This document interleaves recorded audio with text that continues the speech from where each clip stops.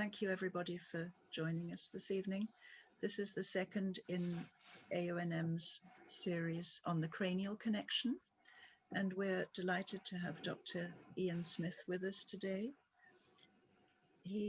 I'll just give a very brief introduction and then he'll tell us more about himself. He is originally from Australia and obtained his Doctor of Chiropractic in the year 2000 from Palmer College of Chiropractic in the USA. He then moved to the UK and has been in private practice in Shropshire since then. He certified in advanced sacro-occipital technique in 2005 and then became a board certified craniopath in 2007. And in 2013, he completed the board certification in Atlas Orthogonal technique. He has a special interest in Craniocervical Syndromes and their diagnosis and management, and he combines the concepts of craniopathy and upper cervical specific techniques to improve patient outcomes. So Dr. Smith, thank you very, very much. We will, of course, be have time for questions at the end, so please put them into the chat or the Q&A at the bottom of the screen. And so he'll talk for about 45 minutes and then we'll have time for questions. So I'll go on to mute now. Thank you very much, Dr. Smith. Thank you. Thank you, Gillian, for the invitation and the opportunity. I have been working with craniopathy and upper cervical procedures for some time now, and I do have as Gillian says, a special interest in Craniocervical Syndrome. I'm just pulling up my presentation here. So what draws us to the craniocervical junction is that it is the most complex part of the axial skeleton. The joint between the skull and the first cervical vertebra, which we can just see here on this frontal X-ray, is arguably the seat of stability in the spinal axis. When we go down to the next level, the second cervical vertebra, we can see this flat sort of joint surface here with a peg, and this is the atlantoaxial joint and the atlanto-occipital joints, respectively. As you can see, the atlanto-occipital joint has a sort of an arcuate shape to it, and this is flatter here. So this second joint allows for significant rotation. The first joint does not allow for much rotation at all. When we look at it from the side, we have a lateral view of the occipital condyle here, which looks like a cup that kind of depresses into the lateral mass of C1. And as you can see again, it's sort of an arcuate circular type shape. When we go back to this second view here, again, we're looking at the CCJ or craniocervical junction from the front, and we can see our condylar circle again. The reason I'm going through this joint shape or morphology is because essentially its design inhibits the ability for it to rotate. There's a little bit of nodding and lateral bending, but essentially these two joints don't really rotate relative to each other. Depending on which textbooks you want to look at, some will define 0 to 3 degrees, but to be generous, we say it's less than 5 usually. When we come down one more segment here to C1, C2 articulation, as you can see, it's much flatter in its orientation, and we have this peg that sits in the middle. And around that peg, if we look at it from the top, we can see the transverse ligament or the transverse band of the cruciate ligament. This is the strongest ligament in the spinal axis, and it has a tensile strength of around about 350 newtons before you start to disrupt fibers. This alar ligament that runs up through here is the second most robust ligament in the spinal axis, and it has a tensile strength That's around about 200 newtons before it starts to disrupt its fibers. This quote is from a paper by Michael Flanagan.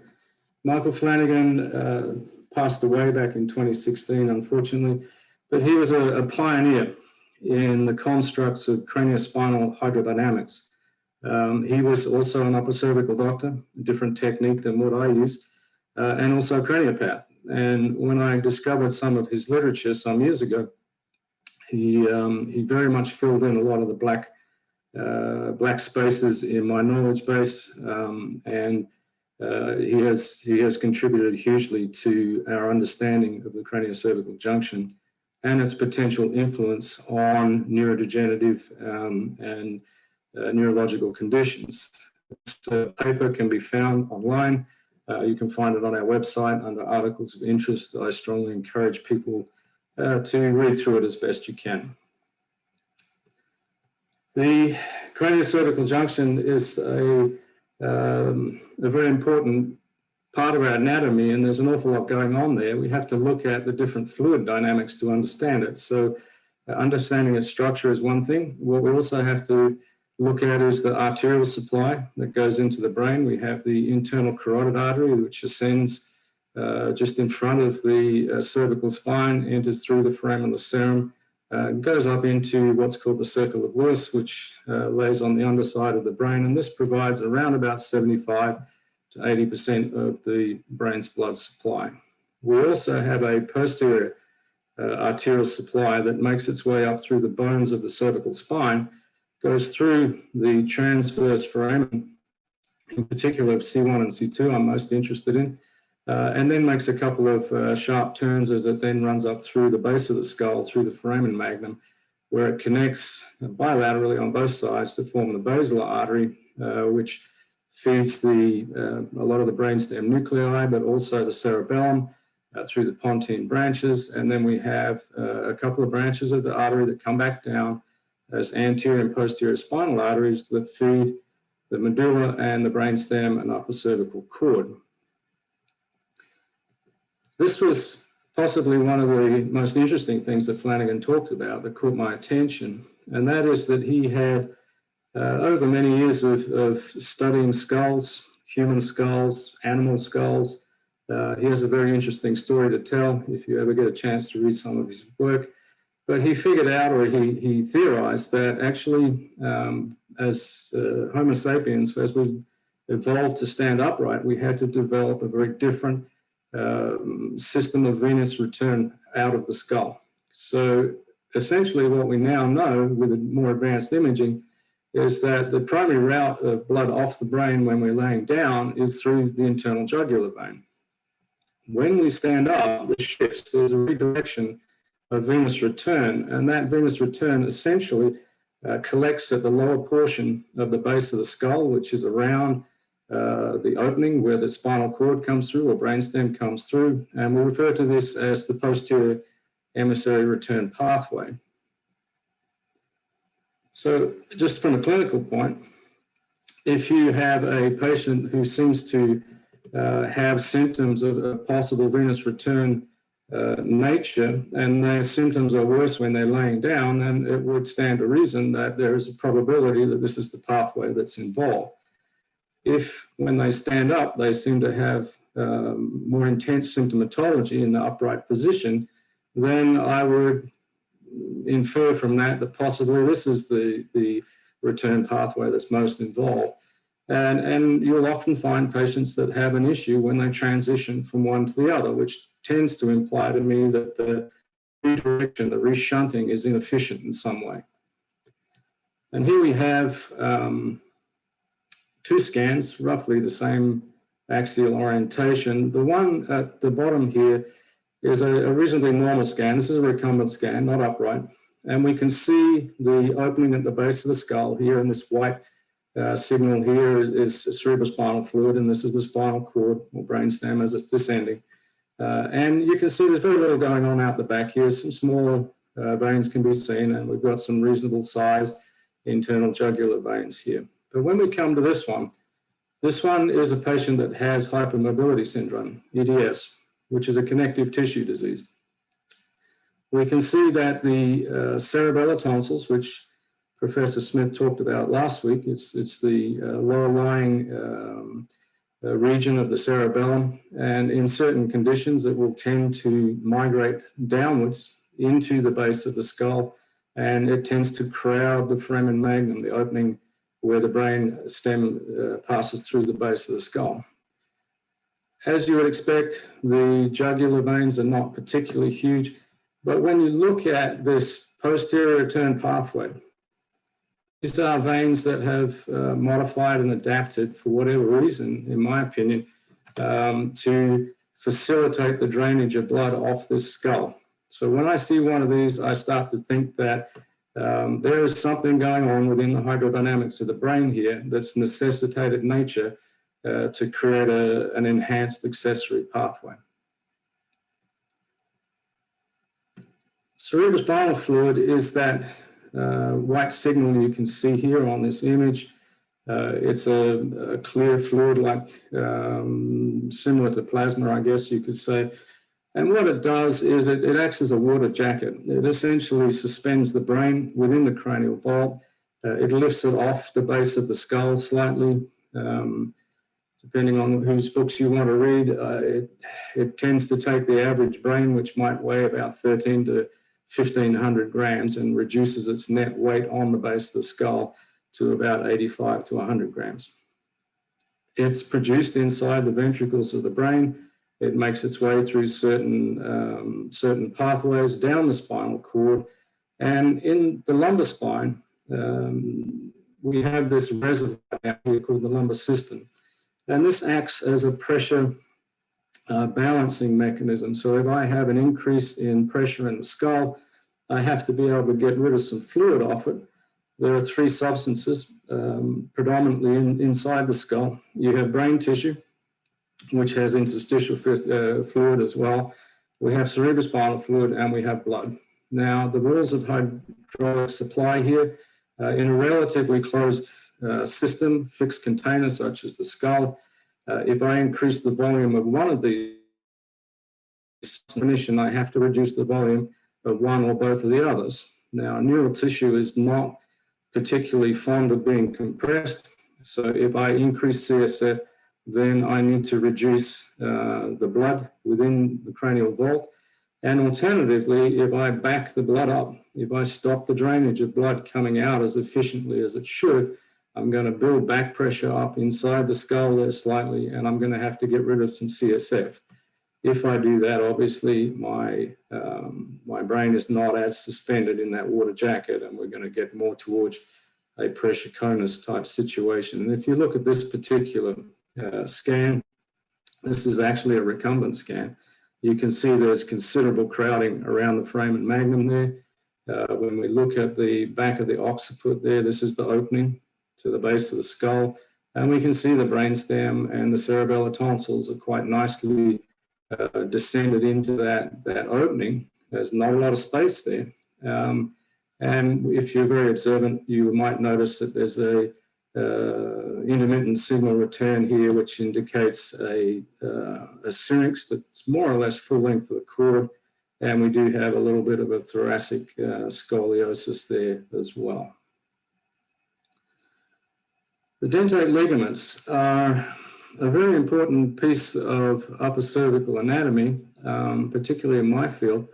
And what our interest in is this. The dentate ligament is a connective tissue. The pia mater is a lining that surrounds the neural tissue of the cord, and the fibers of the pia mater come together to form the dentate ligament, which then comes out and attaches to the inner rim of the spinal canal. So at this level, we're roughly at the C1, C2 area. So the dentate ligaments at this level are quite horizontal in their orientation. There's the upper dentate ligament attaches from the cord just up into the rim of the occiput, the foramen magnum. And then the second dentate ligament is almost horizontal, shoots straight across and attaches to the inner table of the lateral mass of C1. Now, it's quite robust at this level.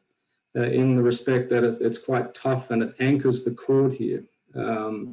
As you go down a little bit further, then the ligaments tend to angle slightly caudally towards the feet, but at this level, it's horizontal, it's quite rigid.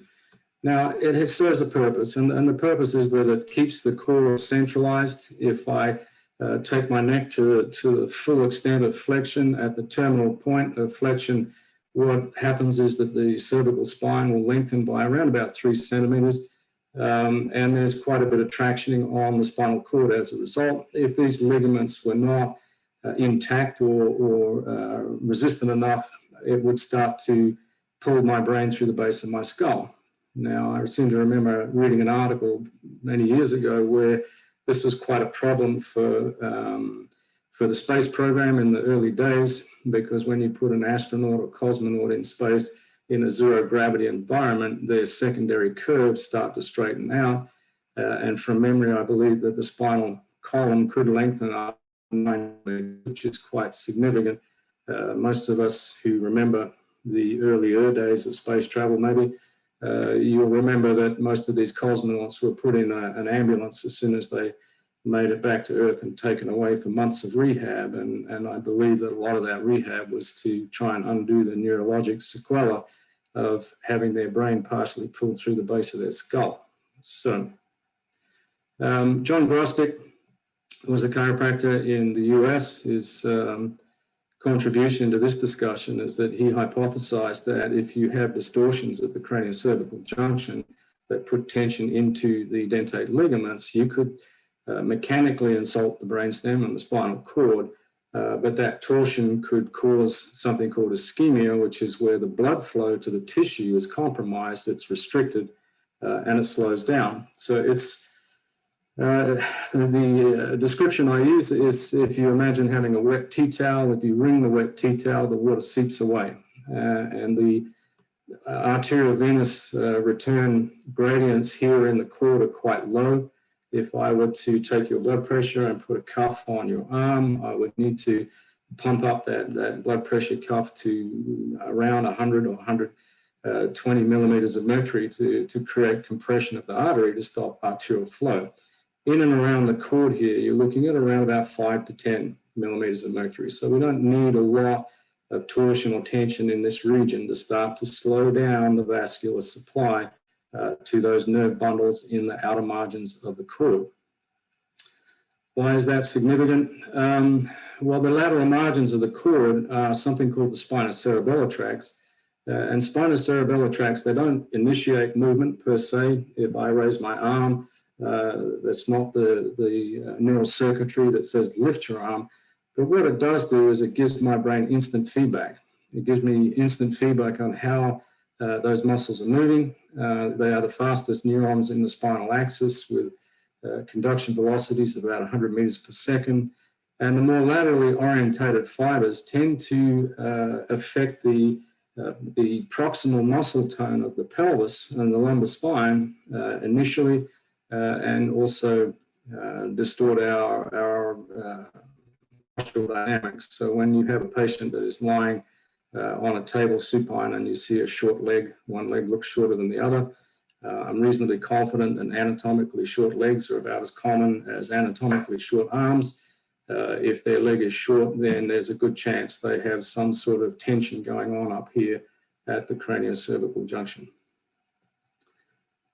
The other thing that this can do is if I have distortion of this junction up here, I'm putting torsional strain through here. What that's going to do is actually also going to pull down harder on the brain tissue, the connective tissue here. And I'm going to draw these, the brainstem and the cerebellar tonsils further down into the foramen magnum. As a colleague and mentor of mine, Dr. Scott Rosa, has been doing tremendous research in this field, doing pre and post upright MRI scans with CSF flow studies and upright MRI basically, following orthogonal procedure. And he's been able to demonstrate that essentially this is a cork in a bottle when this happens. And if you can realign the craniocervical junction, you can create a little more space for the fluid to move in and out. Very interesting if you ever get to see one of his presentations. So the take-home message, craniocervical junction. This is a major piece of engineering from an evolutionary point of view. It allowed us to stand upright. We had to develop a more advanced venous return pathway so that we could, in combination with the emissary veins that come out onto the face and the skull, so that we could create a cooling mechanism that would stop our brains from overheating. So you could argue that we were able to grow a larger brain because we had a better radiator to keep it from cooking itself when we went for a run. Just out of curiosity, if you're wondering what that is a Newport ligament. The Newport ligament is unique to Homo sapiens, and that's why you can stand up and run a marathon and a chimpanzee can't. These are the suboccipital triangle muscles. They are very important as far as proprioception and head position and control and stabilization of the upper cervical spine.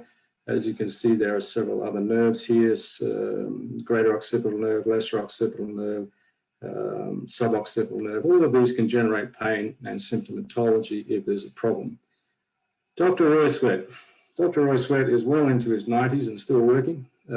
He founded the Atlas Orthogonal program, invented the Atlas Orthogonal instrument, and he is very pleasant gentleman, elderly gentleman who lives in Georgia, and he has a very blunt way of getting his message across.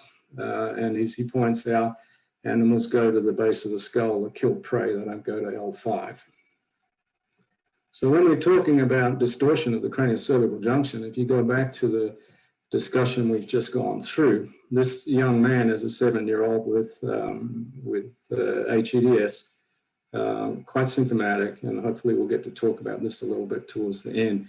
But if you look at this blue line traverses through the body of C2, the axis, and we have a central line roughly going through the skull. This is an upright cone beam CT scan. It's not always easy to get an upright MRI on small children, and it's hard for them to sit still long enough. But this is still quite revealing. And when we look at the red line here, this is the red line is going through the transverse foramina of C1. So here's C1, our ring-like structure. There's the peg of the dens, anterior arch, posterior arch, lateral masses. And here we have C2 that is just skewed off. And as you can see, there's quite a difference in the alignment of these two structures. So if I look at this, if we could see the cord and the dentate attachments here and here, we would probably see there was some torsional strain just in front of the transverse here and transverse of C1. This is where the jugular foramen would, jugular vein, internal jugular vein would be passing through as well. And also what follows the jugular vein, and it's not always talked about in this context, is in fact the vagus nerve. And the vagus nerve has a tremendous influence on parasympathetic function. So there's a lot going on here, and there's a very good chance that we're creating some CSF turbulence or venous return challenges in this particular situation. Right, so going back to Flanagan's initial statements, deformation or misalignment of the craniocervical junction has the potential to create altered craniospinal hydrodynamics. We've just seen that it can affect the orientation and tension on tissues of the brainstem and affect the blood and arterial and venous return pathways. This can manifest as a wide variety, almost a plethora of symptoms that go with this. And it can make it quite challenging to decipher what's actually going on. But when you look at all these constructs collectively, you can broadly classify a lot of it into something called Craniocervical Syndrome. And what that literally means is the patient presents with multiple issues, but if you break it down and start thinking about it, a lot of them will possibly come back to what's going on right here. So if any of you out there, which I'm sure there are working in these various fields, you are seeing these patients. They're coming through your door varying degrees of severity and challenge, but they are definitely coming through your door. And what often happens, unfortunately, is historically, from a diagnosis point of view, when a patient, I had this conversation with a colleague, a neurosurgeon, a while back. We were having this discussion, in fact, and he said, you know, many years ago when he went through medical school, he was trained that if somebody came through with more than 3 presenting symptoms, then there was a very good chance that it was a functional disorder. And what we mean by that is that basically it's in their head. Well, I would agree, it is in their head, but probably not for the reasons that were implied. And as a result, a lot of these patients, they will come in, there is no official diagnosis of craniocervical syndrome at this point in time. It's something that we would like to see change. And you know, these people are often pushed sideways. They run around from healthcare provider to healthcare provider without any sort of clinical confirmation of what's going on. And quite often the last step is they either wind up in a psychiatrist's office or they're seeking alternative allied health providers because they've exhausted all other options. So what I want you to think about from a clinical point of view, those out there that are possibly dealing with this situation, is start to think of this as neuromusculoskeletal, that it has a neurovascular component to it. And you have to take into consideration the craniospinal hydrodynamics. When you're taking a history for a craniocervical syndrome patient, there's an old saying that if you listen to your patient long enough, they'll tell you what's wrong with them. I suggest you pull up a chair and because you're going to be a while with some of these. But the most common symptom that you will see with craniocervical syndrome is headache. Pressure headache is often described as if my head is going to explode, my eyeballs want to pop out of my head, or I have a helmet on that's too tight or a hat band that's too tight. They'll often describe things maybe as migraine, and they may describe pain in various areas of the head that seem to have, from a neurologic point of view, sometimes the pain distribution might not be typical. Neuralgias, trigeminal neuralgia, new daily persistent headache. I've had a few of these over the years. This wasn't a diagnosis that existed when I was in university. Essentially, you wake up one day with a headache that just never goes away. I think that most of these are probably dealing with failed craniospinal hydrodynamics or upper craniocervical syndrome. Head feels too heavy, and sometimes you'll see a tremor with these heads. The head almost has a little bit of a wobble to it. That's not uncommon to see that at all. Cognitive function is poor for these people. They don't always come out with this one early in the history, but if you dig deep enough and you ask them, they will, for the most part, a lot of them will start to admit that they're really having trouble processing information, retaining information. They're irritable, they have low mood, depression, anxiety. That's a common thing as well. And early cognitive decline. In some of the older patients, you'll see them starting to forget what's going on around them. And difficulty finding words is another one. It's always quite interesting when you have patients who come from overseas that English is not their second language, and they really, is their second language, and they sometimes really struggle to communicate with their English to start with, and we have translators that have done this, helped us in the past with this. But it's quite interesting to see over a relatively short period of time, all of a sudden they're finding their words in English. Now, it might just be that they're back in the swing of it, but you see it in other instances as well. Sleep disturbance is common. These people, ask them about their sleep pattern. If they go to sleep at night, fall asleep, but they wake up almost to an hour, within 2 hours, 3 hours, doesn't really matter what the time is, but there's often a consistency to it.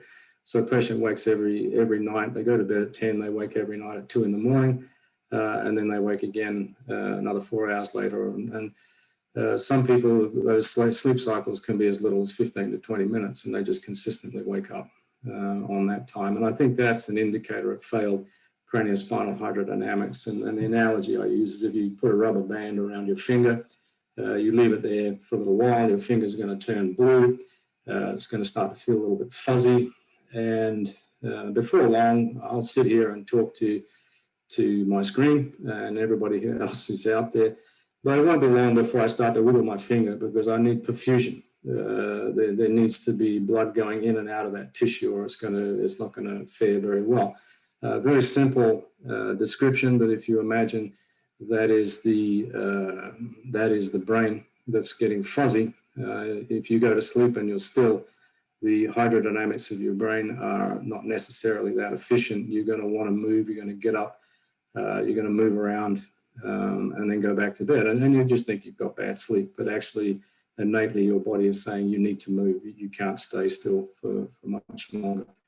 Dizziness, poor balance, vertigo, tinnitus. A lot of these things, people ask me, do we look at patients with Meniere's disease?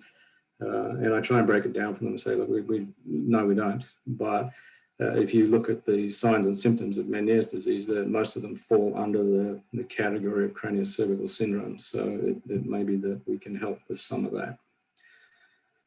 Visual disturbance is common. Visual blurring, double vision floaters, light sensitivity.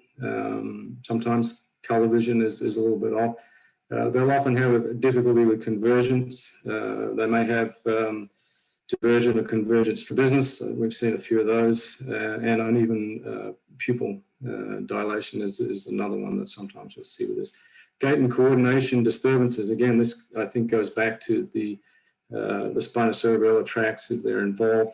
That can have a pretty strong influence on modulation, but also that vertebral artery as it goes up and becomes the basilar artery, that is tortuous and under tension because the craniocervical junction is either malformed or deformed. Then you're going to put a strain on those pontine branches of the basilar artery, which go in and feed the brainstem and cerebellum, some of those. Drop attacks, when the hydrodynamics gets bad enough, and we talked a little bit about the fast venous or the venous return pathway, the posterior emissary return pathway. If you think of the blood's drainage system, it has superficial veins that are on the outside of the brain. And veins are quite easily collapsed. So if I have a backing up of pressure within the system and my dural venous sinuses and my posterior emissary pathway are not draining blood off my head that well, I'll get a very mild increase in pressure within the skull. And that may potentially flatten the superficial fast venous return pathway. What then has to happen is I have to increase the blood supply into the system. Otherwise, I'm going to wind up with venous stasis. And if the blood stops flowing in and out of my brain, I am going to pass out. It's that simple. You need to have perfusion of brain tissue. And if you don't, then you will lose consciousness. The spinocerebellar tract involvement, the CCJ distortion, it is common to see altered muscle tone proximal to the pelvis. In particular, we talked about, and that can affect the hip joints themselves, and they are prone to joint dysfunction as a result. You may well develop tendinopathy, tendinitis, bursitis. And one of the other things that you may see with this as well is the patient may well complain of bilateral radiating pain down the back of their thighs, lateral thighs, or into the anterior thighs. So that's not typical of a lumbar spine complaint usually. It's usually to do with something else, and that's something you can watch out for. Altered sensation can be transient. It can be of varying distributions.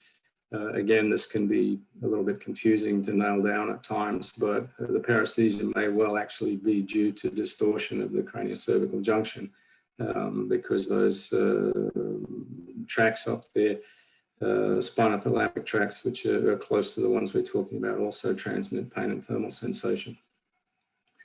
These patients, as we talked about a little bit before, they're unable to be still for any length of time. They don't like long drives, aeroplane journeys, or standing still in the line at Waitrose, as you have to do nowadays to get in.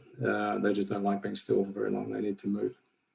Fatigue, obviously, is a very big problem here. Chronic fatigue, adrenal fatigue, unstable hypertension. Going back to the discussion about venous arterial perfusion of the brain, if I have a mild back pressure within the system, and this is just an opinion, essentially, if you look at the cardiac cycle, the systolic pressure is essentially, this is a forced ejection pump. So at the peak contraction, I have the upper number of my blood pressure reading, which should hopefully be around 120 or so. But the diastolic pressure is the resting tension within the plumbing. So if I have a slight external increase in pressure, it would make sense to me that you would need to elevate the resting tension within the plumbing so that we don't collapse the venous return pathway and wind up with stasis. So you'll often see an elevated diastolic pressure with these patients. And it's worth monitoring as you go through management with them, because quite often it comes down appreciably.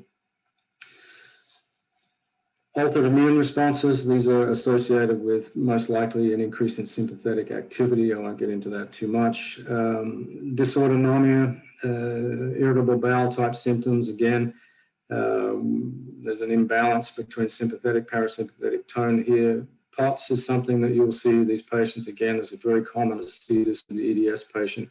Tachycardia, obviously, that can be independent of that. Shortness of breath, difficulty breathing, difficulty swallowing, irregular or painful cycles, urinary urgency and incontinence, that you're starting to get back to a more progressive failed craniospinal hydrodynamic here. And also loss of libido is something that's sometimes reported. And if it's severe enough, and these people have been having this for some time, it's as though there's just a global inflammatory response almost along the spinal system. It doesn't seem to matter where you touch them, everything seems to hurt when it gets bad enough. So investigations and diagnosis, I won't go into the neuro exam too much, but quite often it doesn't follow a typical pattern, and as a result, going back to the comments about having more than 3 symptoms, it is often the conclusion is made that this is a functional neurologic disorder, or it's a somatization, a psychosomatic condition. Back in 2002, Journal of Neurology, Neurosurgery, Psychiatry, Stone, Zeman, and Sharp published a paper. And in the paper, this I found quite interesting. They talked of symptoms considered functional, psychogenic, medically unexplained, or hysterical account for up to 1/3 of new referrals to neurology outpatient departments. To me, 1/3 sounds like a statistically significant number for neurologic conditions.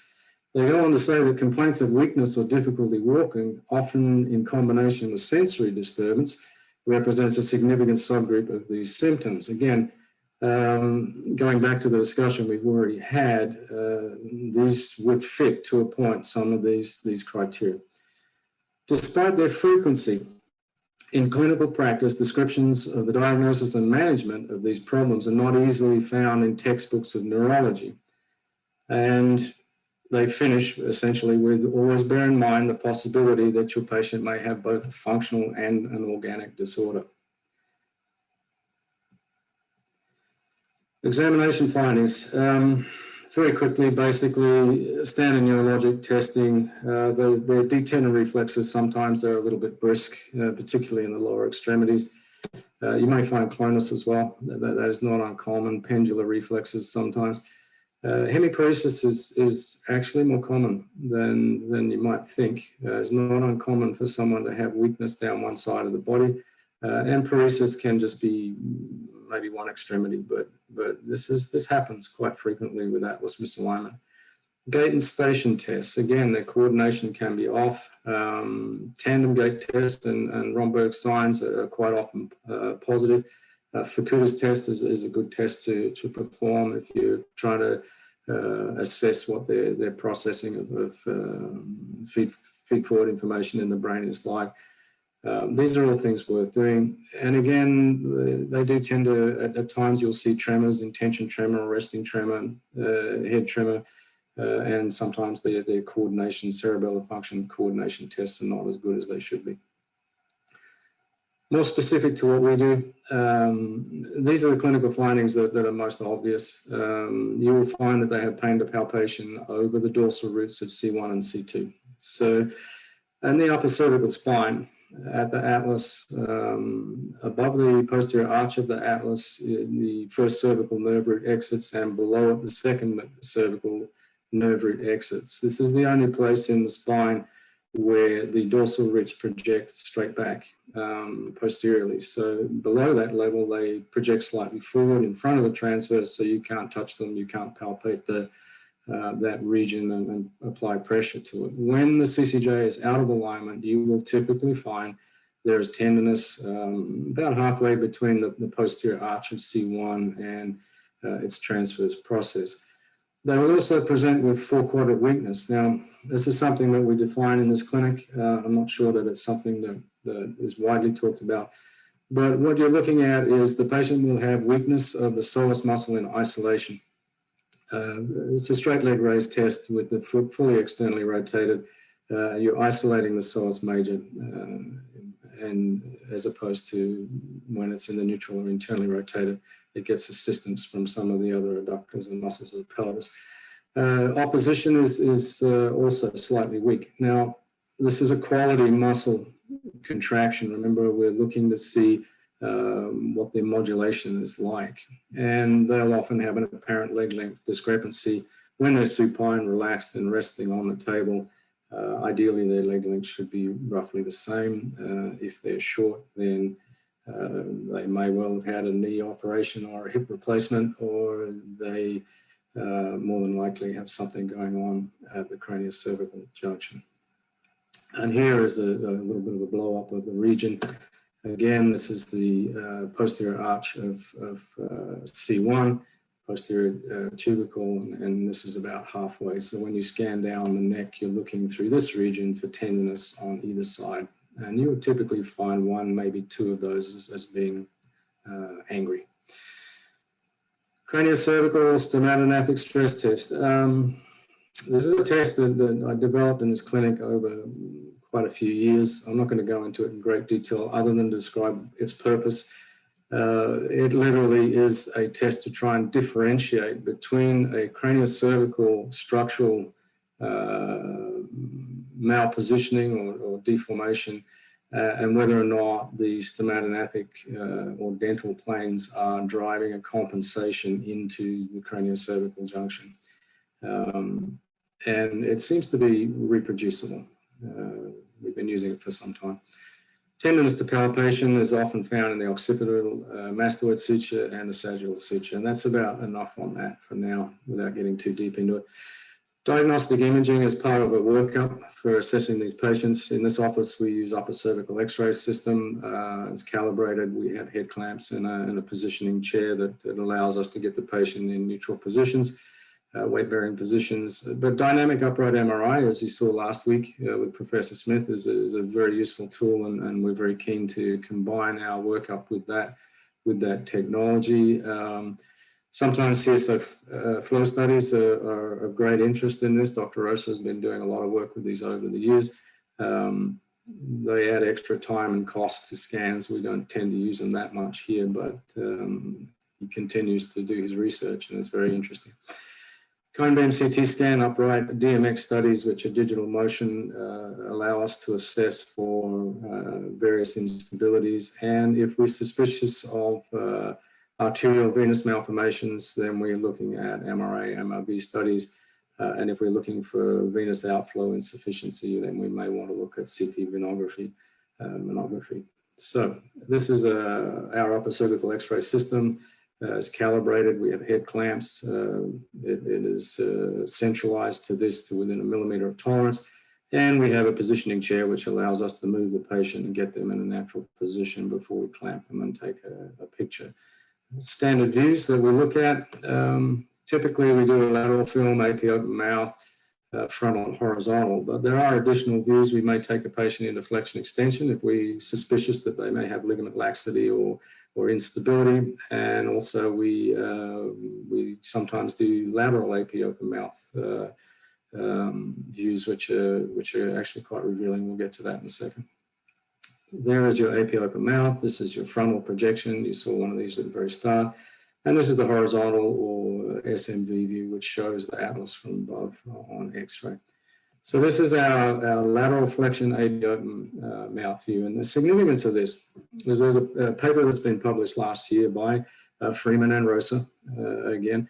They spent quite a bit of time on this paper. It took them some years to get it finished and published. But what they were looking at was the accuracy or validity of video fluoroscopy or DMX studies for assessing cervical spine injury following whiplash injuries. And one of the metrics that they looked at was this lateral slippage. This is the lateral mass of C1, there's C2, this patient's bending their head sideways, you can see there. One of the diagnostic criteria for AAI is if we have translation of the lateral mass more than 2 millimeters, or collectively more than 7 millimeters when we've gone left and right. And they found that, yes, it was significant that there was a correlation between injury and displacement of this metric. And they also looked at the parodontoid space, which is the movement of the apparent movement of the dens one way to the other when this is sliding. But what they came to the conclusion was afterwards that actually the most significant and diagnostically significant indicator is if you have two of these going on at once. So if I have just this one, then there's a reasonable assumption that there's been trauma there. But if these two are happening at the same time, this is diagnostic for craniocervical injury, upper cervical injury. I know Professor Smith talked about this last week. I'm only going to touch on it briefly. It did make up a few slides in my presentation originally. This is just, this happens all the time. People bring me their cervical spine scan, and this is the planning sequences for the axial images.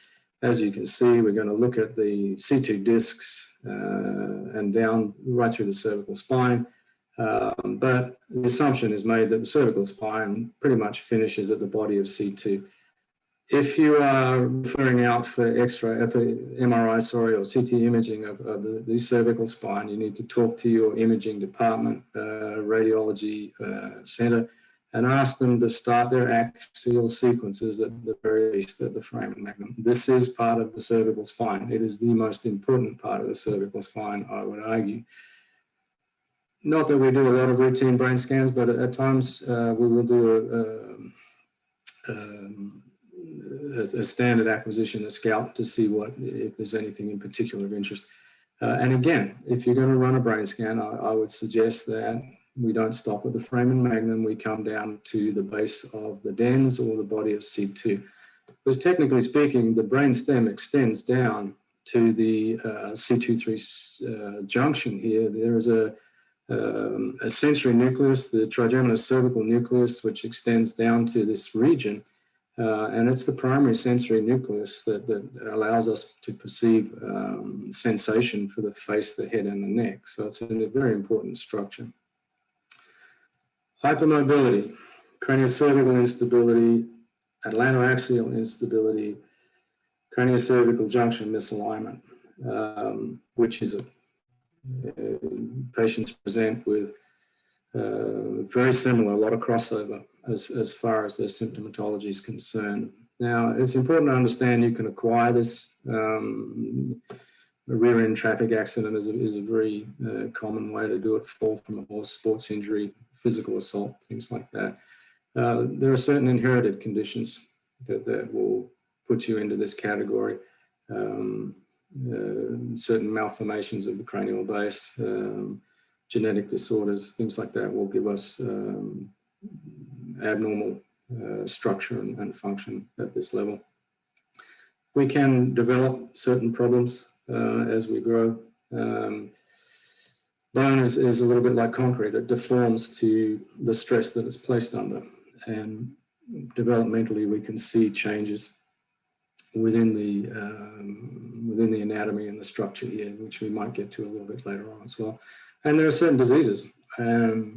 The arthritis, rheumatoid arthritis, psoriatic arthritis, writer's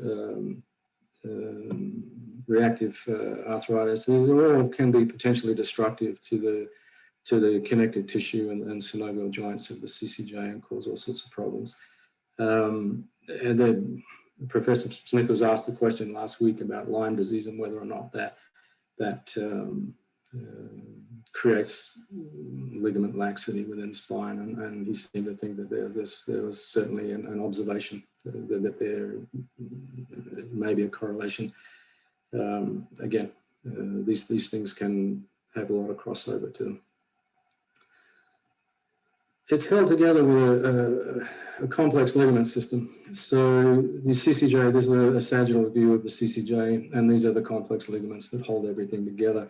The tectoral membrane is a key one anteriorly here. It's the continuation of the posterior longitudinal ligament. It limits hyperextension of the neck, and there's an interesting paper that was written by Rosa a couple of years ago where he identified that, in fact, PD scans of this region are probably more sensitive to detecting subligament failure. In other words, it hasn't completely failed, but it's been disrupted and damaged than some of the other techniques, because of the return signal can be misleading in T2 and T1 scan. This is your transverse band of the cruciate ligament here. Again, this is the strongest ligament in the spinal axis, and it wraps around here, and it stops the atlas bone from slipping forward this way. When we get to these, again, you saw these last week. This is the alar ligament here and here. These ones are the ones that check lateral flexion and rotation of the CCJ. Hypermobility is it's a very interesting condition. It is a broad spectrum condition. If you come to this end of the spectrum, you will find that people with hypermobility, ligament laxity, they may well go through life without ever really experiencing any major issue with it. They are a little rubbery compared to the rest of us. They can bend over and touch their toes without too much trouble. They make great yoga teachers and dancers, rock climbers, martial artists. They're quite flexible. When you start looking at these cases, they get injured a little bit or something happens to them, and quite often it's self-limiting, and they respond usually quite well to most interventions. This, as you start going up the instability laxity curve here, these ones here, you know, these are probably the vast majority of us, somewhere around are quite likely to respond to manual therapies of various sorts. Then you get into this, what I call the not too grey zone. These begin to become more problematic patients. These are the ones that your successes start to get a little bit more challenging to find, and they're very prone to flare-ups and aggravations. Once you go over this is like a precipice into the abyss. This is the grey zone. This is the challenging region to find yourself in if you're going to deal with these sorts of cases. These people have a plethora of debilitating signs and symptoms. They have mobility issues. They have atypical seizures. They have all sorts of things going on, cervical medullary syndrome. And they are in that zone where they are radiographically to a point unstable, they're highly symptomatic, and you're trying to figure out, can we provide them with enough stability so that they can improve their quality of life, or are we heading towards this latter solution of surgical intervention, fixation, potentially? And then you will have these patients that are at this end of the scale that literally can't stand up and function, and that they will ultimately result in a neurosurgical opinion. So management. This is how we configure things in this clinic. First of all, we have to come up with a diagnosis. Is this an upper cervical craniocervical syndrome, or is it something else? We rely on our physical exam, functional neurologic testing, and the CST test that we talked about briefly before. If that's positive, that directs me to the craniocervical junction. That is definitely involved. So conservatively, we tend to start with, is this a CCJ primary? Is it an upper neck problem, or is it really a dental primary issue that is causing instability indirectly into the upper cervical spine? So if we follow this pathway, CCJ primary, we do our imaging. If we look at our imaging and we're unsatisfied with what we're seeing, we do more advanced imaging. If we look at it and it really is an unstable, or there's some sort of congenital issue there that is unlikely to be responsive to conservative management, then we're going to refer to neurosurgery or possibly rheumatology, depending on what the condition is. If we think it's okay to go ahead, then we'll move forward into the AO and craniofacial protocols that we use, the craniopathy, and we look at balancing the rest of the spine extremities to try and support the upper cervical junction. Alternatively, if we determine that this is actually more of a stomatognathia problem, a jaw problem, then we refer for functional dental opinion. Now, Dr. Bishop is going to come and talk to you in a couple of weeks' time, so I'm not going to say too much about that, but we very much value his input on these cases, and once he has had a look at their occlusion and brought some sort of structural stability to it, then we reassess the CCJ at a later date, and then decide whether or not it's worth this patient moving into these protocols at all, whether they need to, or whether this is going to be substantial and they can manage from there. This is the Atlas orthogonal instrument here.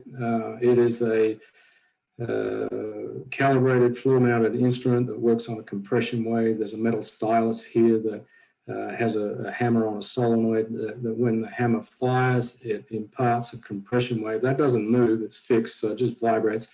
And it generates on average a force of around 25 newtons. Now, if you remember back to our discussion on transverse ligament and alar ligaments, transverse ligament had a tensile resistance up to 350 newtons, which is a factor of 14 to 1, and the alar ligaments 200 newtons, which is a factor of 8 to 1. So we're between 8 to 14 to 1 below threshold for traumatizing those ligaments any more than they are. So it's a very, very subtle, very safe intervention as far as we can tell. And for people that are compromised and in a precarious position, it's the least invasive procedure that I know of.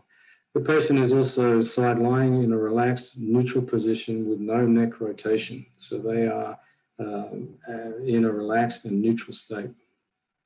Here's a picture of a setup. This gentleman's story you can see on our website. He came in from Norway some years ago. And it's an interesting story to read if you have the time.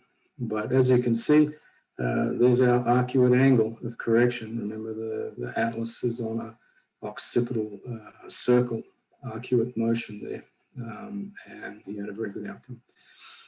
Craniofacial release is a part of the craniopathy that we work on. One of the concepts here is that we have a skull made up of 22 bones or plates, and between those 22 plates are some very intricate joints.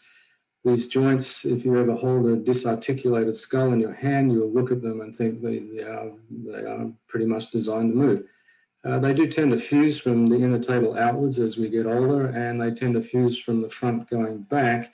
But they still, to a point, behave like joints. They have some compliance to them. And as we talked about before, the fluid, brain, CSF, blood, and brain within there is non-compressible. So any change that you can make in the movement of these bones acts as a pumping mechanism, and that's thought to happen on cardiac and respiratory cycles.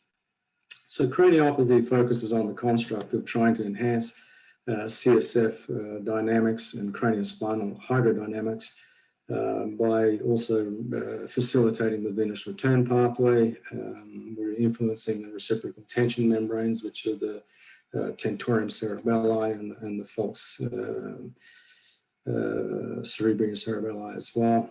And also, I think cranial fascia. Cranial fascia is highly innervated, as is all fascia through the body, and it's proprioceptive. And I think that when you release the strain pattern within the skull, release the torque within the skull, then you pretty much reset the head on neck reflexes in a lot of cases, and it has quite a dramatic influence on things. Again, we're looking at CSF movement patterns. We want to try and facilitate that movement as much as possible. Outcomes. There are 4 outcomes that we talk about with patients. Outcome number 1, patient stabilizes and improves, everybody's happy. Outcome number 2, patient improves for a period of time and then they relapse, and that becomes very much dependent on what those timeframes are as to where we go next with that. Outcome 3 is there's no symptomatic change after a period of time. And outcome number 4 is that there's an inflammatory response. As I talked before, these are highly reactive patients, some of them. And when the wind blows the wrong way, they get into trouble. So they do at times have an inflammatory reaction, but hopefully we can settle that down. Patient improves, everybody's happy. That's pretty straightforward. Patient improves and relapses. Now, if we've started them on the AO protocols and they improve and then they relapse, so they don't hold their correction very long, then we start getting accessory help. We go back to functional dental opinion to look at splint therapy to see whether or not that's going to help stabilize the craniocervical junction with us. And also we talk to regenerative therapy. Regenerative therapy we'll touch on here in a minute. If in some instances, and this has happened in the past, we've taken on cases on the premise that if the patient is looking like a surgical candidate, but we're not really sure, we make a correction to the atlas and the patient's symptoms improve dramatically for a short period of time. And it could be 3, 4, 7 days, 10 days or something like that. And they relapse. And we just can't stabilize them. Well, what that helps a little bit with the planning is that up until that point, there's some question as to whether or not their symptoms are being driven by the craniocervical junction and would they benefit from a surgical intervention. We don't know. If we can demonstrate that they do improve dramatically when the CCJ is realigned, even though it be temporarily, then to a point it makes it makes it easier a decision to go down this route. But yes, Julian, sorry.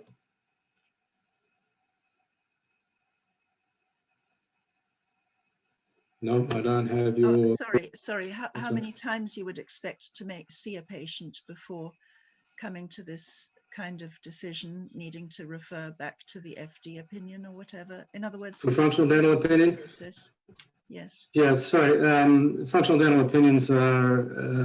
that depends. That depends very much on the patient themselves. Sometimes it's quite soon after we see them. Other times, if they look like they're having reasonable stability. So if you typically in a normal situation, when I say normal, the average situation, we would adjust the patient and we would recheck them the following 2 days, usually if they have good access to the clinic. And then we get them back in 2 weeks' time, and we hope that they're holding that correction within 2 weeks' time. And then typically after that, we'd have them back 4 weeks later. So at about 6 weeks, we would anticipate, if things are going well, patients holding correction. Now, it may be that we get to 2 or 3 months down the road, they come out of correction, or we're having problems keeping them in correction more than a couple of weeks to a month at a time. Then we would probably stay with that for a little while, but then consider a functional dental opinion. This very much varies also on what we can see. Not that we're assessing their dental planes too much, but there's some very obvious things like, if you're missing half the teeth in one side of the jaw, then it's very unlikely that the jaw is stable. On the other hand, you may have a patient that you adjust and they only hold their correction for a few days and you struggle to keep them in correction. Then we're going to look at these functional dental opinions very quickly or regenerative therapy very quickly. Thank you. Dr. Smith, can I just mention it's already 8:05, and for those who may need to leave after a little while, could we perhaps, because there are so many fascinating questions that have come in, I'll leave it totally to you to decide, but okay. I would suggest... I think I have about 2 or 3 more slides to go, and then we'll be done with the presentation. Yes, and then what we could do is maybe have you back again for the 3 cases that I know you have, and do more of the questions, but maybe we'll have time to fit in 3 or 4, so that would be lovely. Thank you. That's no problem. Right, I'll just finish out these slides here. Very quickly, Dr. Benjamin is going to talk about functional dental interventions, and again, we're talking about loss of dentition, loss of foundation, the jaw, occlusal contact. Splint therapy is the first place that we usually start with that, but there are other issues that go on with that. Regenerative therapy, again, this involves injections into the capsules of the joints here, initially posteriorly with platelet-rich plasma injections, and further down the road, if things are still requiring stem cell injection therapy, is done through the back of the throat into the alar and transverse ligaments here under general anesthetic and video fluoroscopy.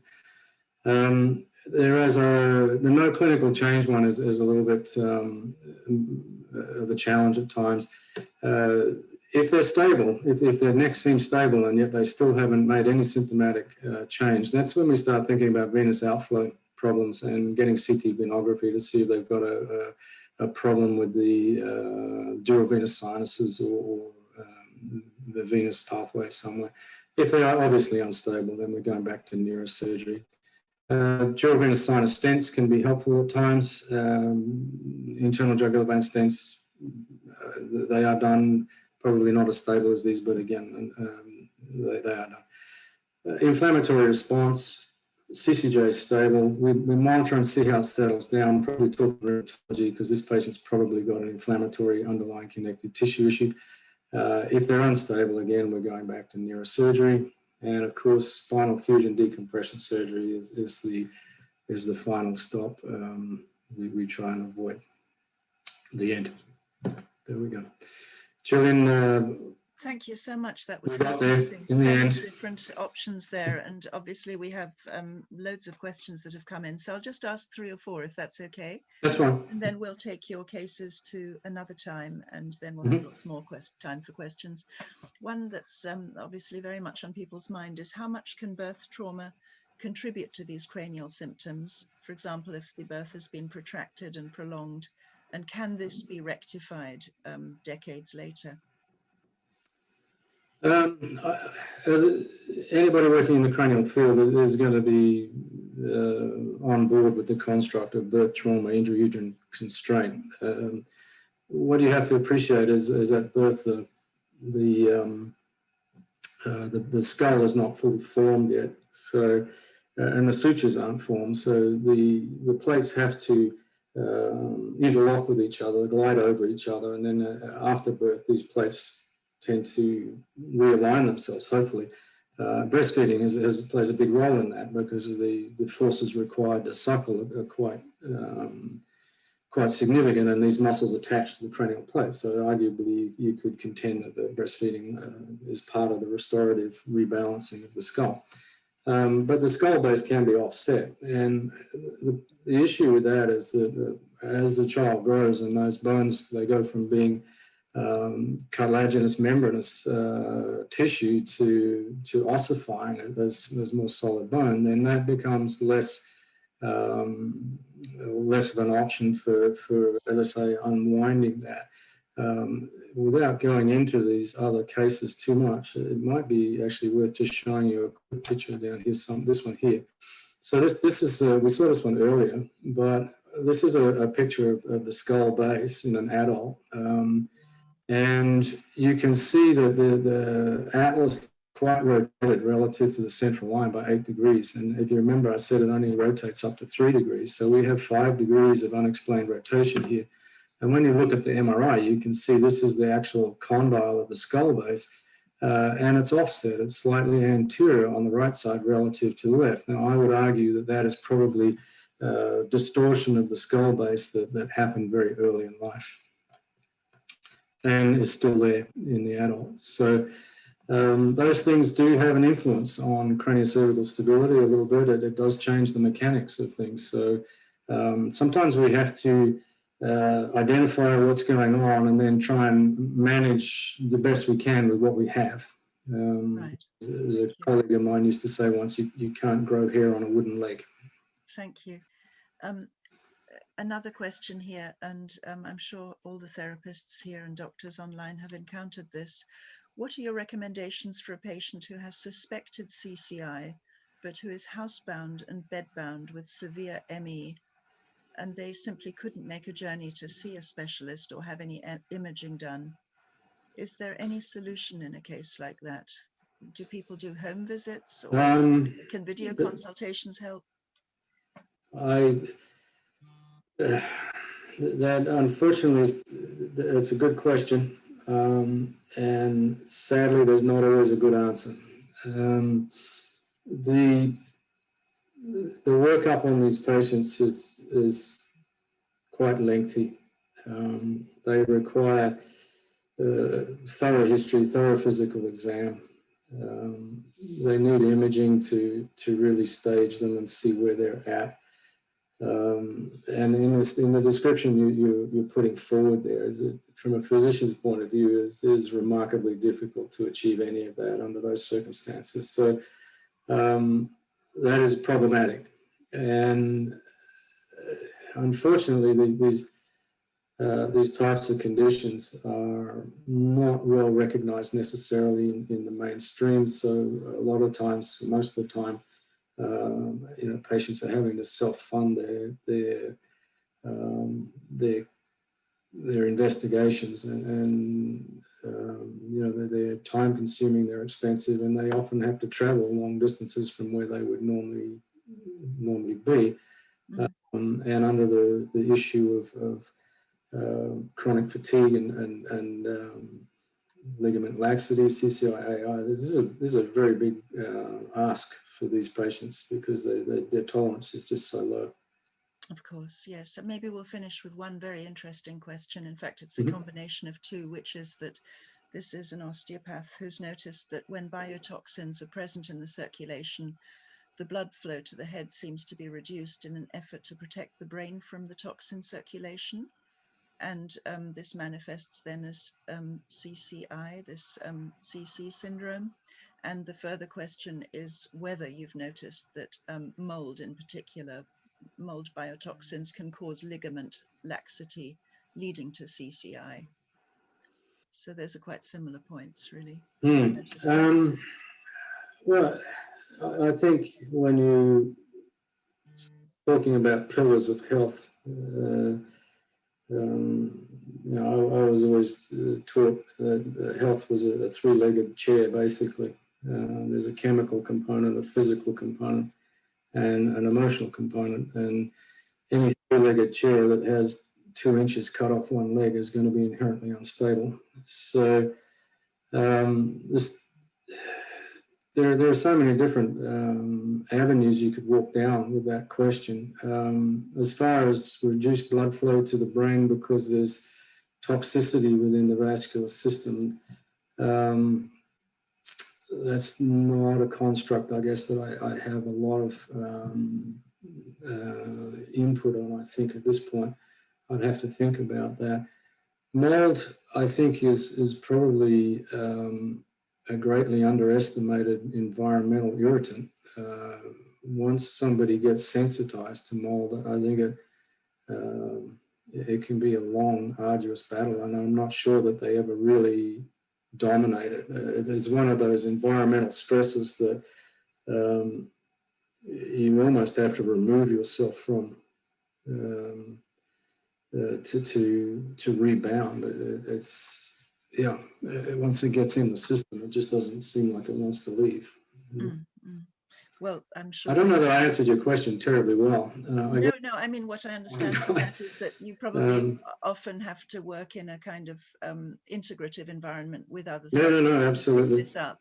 And then I think there are some good people out there doing functional biomedicine, and I think they probably would know more about that subject than I would. My area of main interest, obviously, is the craniocervical junction, and its mechanics, biomechanics, and hydraulics, basically. Right. Well, thank you very, very much. I know that you've got some fascinating cases there, so we will definitely make another time for that and then get these further questions answered, if that's okay with you.